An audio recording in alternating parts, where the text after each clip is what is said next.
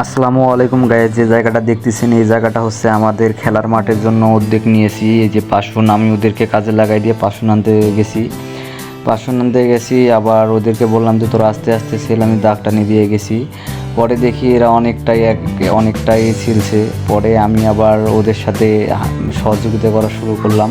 পরে তিনজনের রোজা থেকে অনেক কষ্ট করে আমরা মাঠটা ছিলতেছি। মানে ক্রিকেট খেলার জন্য যে এত কষ্ট, মানে ক্রিকেট খেলার যে এত পাগলের আমি কখনো ভাবিনি। পরে আলহামদুলিল্লাহ অনেকটাই আমাদের কাজটা আগাই গেছে, আর অল্প কিছুক্ষণ করলে হয়তো কাজটা শেষের কাছাকাছি যাবে। পরে ছোটো বোনেরা সবাই দৌড়ে আসলো, আসিয়ে ওরা নিজেরাই গামলা নিয়ে আসে বলতেছে ভাই আমরা কাজ করব। পরে ওরা নিজেই পিসের মাটিগুলো সরিয়ে দিচ্ছে। তাই আবার একটু রেস্ট নেওয়ার জন্য গাছের নিচে আসলাম।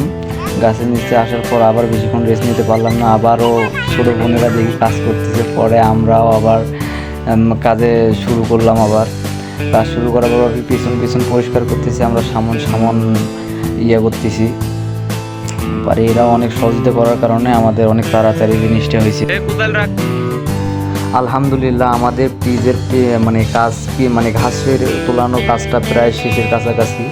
এখন আমাদের ঘাসটা ছিলা শেষ হয়ে গেছে। আমরা এখন মনে করেন যে বাঁশ দিয়ে সামান করতেছি। মানে আমি প্রথমে একটু করলাম, ক্লান্ত হয়ে গেছি, ওদেরকে বললাম যে তোরা কর। পরে আবার ছোটো ভাইয়েরা বাঁশ দিয়ে করতে করতে অনেকটাই সামানের কাছাকাছি। এখন ভাবলাম যে আমরা পানি দেব। তারপর বাসা থেকে পানি আনার জন্য আবার বালতি করে পানি নিয়ে আসতেছি এসে ওখানে দেওয়ার জন্য।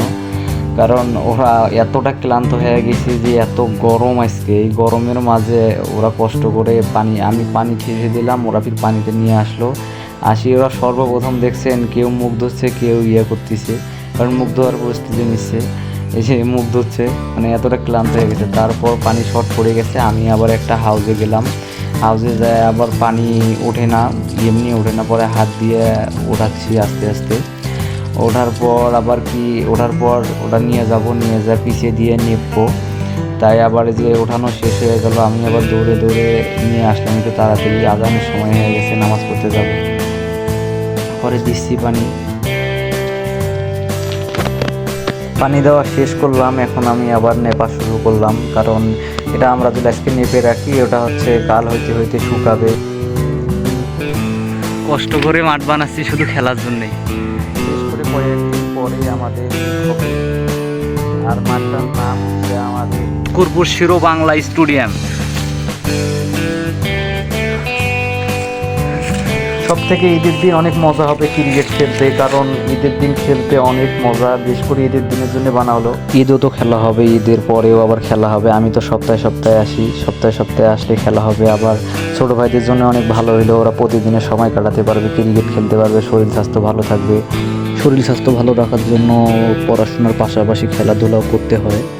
তাই আমরা সবসময় উদ্যোগ নিই, আমি সবথেকে বেশি উদ্যোগ নিই যে খেলাধুলার মাঠ তৈরি করার জন্য। বেশ গ্রামে সবার আগে আমি সব কিছুই উদ্যোগ নিই ইনশাল্লাহ। যে আমরাই তিনজন এত কষ্ট করে মাঠ বানাইলাম শুধু খেলার জন্য। ক্রিকেট প্রেমিক বাই